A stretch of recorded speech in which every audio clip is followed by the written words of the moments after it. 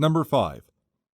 Recently, research has shown that certain connected areas of the cortex, the outer layer of the brain, behave in an unusual manner. The network is most active when no external tasks demand our attention.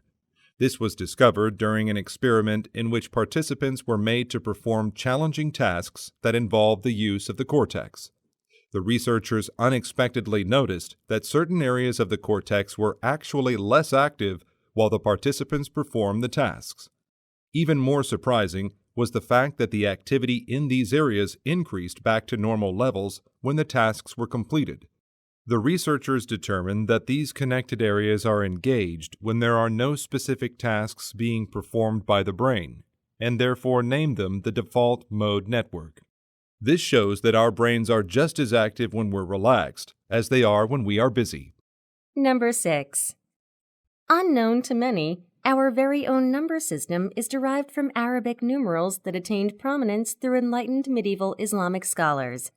Prior to this system, Roman numerals were widely accepted as the best approach to counting. However, this method was inherently based on constant calculation.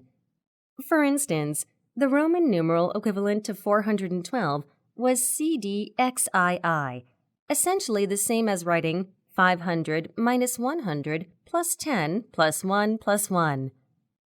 In contrast to the unwieldy Roman numerals, Arabic numerals are rooted in a novel idea, assigning a value to a number based on its position. Thus, the first digit in a 3-digit number denotes how many hundreds the number has, the second digit marks how many tens, and the last digit details how many ones. All told, Arabic numerals are one of the most important unsung benefits of medieval scholarship. Number 7. Have you ever wondered why there are very small ridges on the sides of some American coins?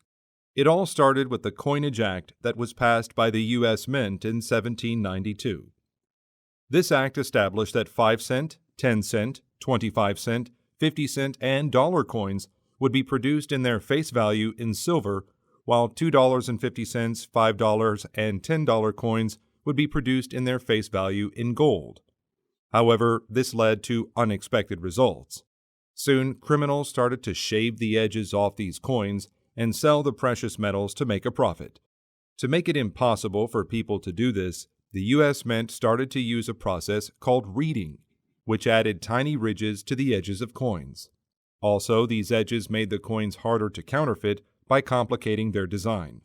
Although real silver and gold coins are no longer produced in the U.S., some of today's coins still have ridges. Number 8. Many modern artists wrote formal texts to explain the theories and processes that went into their work. In the world of contemporary art, such writings have also been widely used as tools to make the often abstract world of art more accessible. But contemporary artists, who aren't limited to print, have begun to turn from letters in journals to emails, text, and voice messages and online forums to get their message across.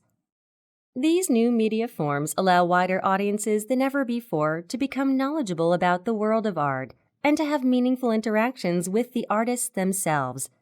However, these new electronic platforms pose a problem. Unlike with old-fashioned paper documents, we can't be sure how long emails and other electronic media will last.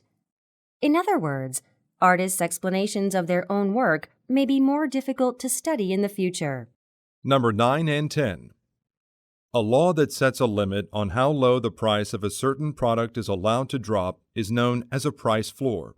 Governments use price floors as part of a program designed to protect a certain national industry and therefore the strength of the domestic economy. For this to work, however, the price cannot be below something known as the equilibrium price. This is a point that a market will naturally reach based on supply and demand. There is no reason for a price floor below this, as prices would not go that low anyway. On the other hand, with a price floor that is higher than the equilibrium price, suppliers of the product are protected. It promises them that the payment they receive will be enough to meet their production costs. Agricultural products, such as wheat and corn, are commonly subject to price floors. This is done so farmers don't let their crops rot in the fields. If the price of a certain crop were to drop too low, The cost of transporting it to markets would be greater than the price it was sold for. Price floors, however, can have unintended consequences because they can create a surplus. High prices can stop some people from purchasing the products because they are either unwilling or unable to pay that much. Producers with a large amount of unsold goods have less money to buy other goods. In the end, this can lead to a downturn in the economy.